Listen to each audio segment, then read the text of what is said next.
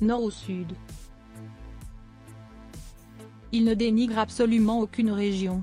On savait que Laurent Ruquier était propriétaire d'une jolie maison en Normandie depuis un certain temps, dans la luxueuse ville de Deauville, mais ce que l'on ne savait pas, c'est que le présentateur qui souffle aujourd'hui sa 54e bougie a également possédé des terres, en région PACA, plus précisément à Marseille, douce cité phocéenne. S'il n'évoque que peu ce domaine, qu'il a fini par vendre il y a quelques années, Michel Drucker en parlait ouvertement dans son ouvrage autobiographique intitulé De la lumière à l'oubli, sorti en octobre 2013. Il faut dire que ces deux-là ne partagent pas que la passion folle de leur métier. Ils entretiennent aussi une jolie amitié et aiment se recevoir l'un l'autre en vacances. Laurent Ruquier semble, d'ailleurs, être un hôte particulièrement généreux, adorant être entouré. Il habite le Roucas Blanc, quartier que tous les Marseillais connaissent, une belle maison au-dessus des places, face au château d'If, plantée sur un rocher, expliquait Michel Drucker dans son livre. Il vit 365 jours par an avec sa bande.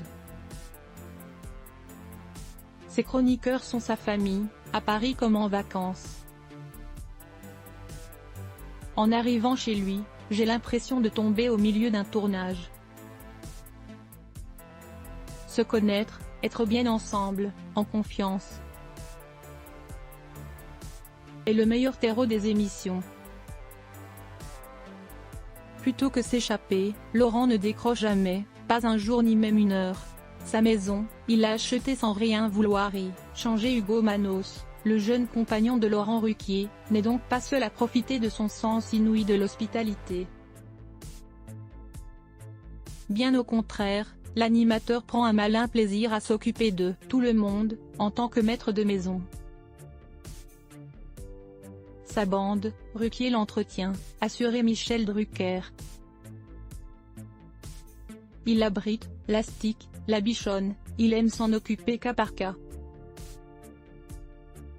Depuis des années, même en vacances, le premier debout, c'est toujours Laurent qui file au marché après s'être renseigné sur le goût de ses invités et revient chargé de gourmandises pour choisir le menu avec une cuisinière. Il aime moins manger que voir les autres se régaler. Sa maison de Marseille a été un coup de foudre, qu'il a acheté sans rien vouloir y changer. C'est glissé dedans comme dans des chaussons. Ah, la Dolce Vita.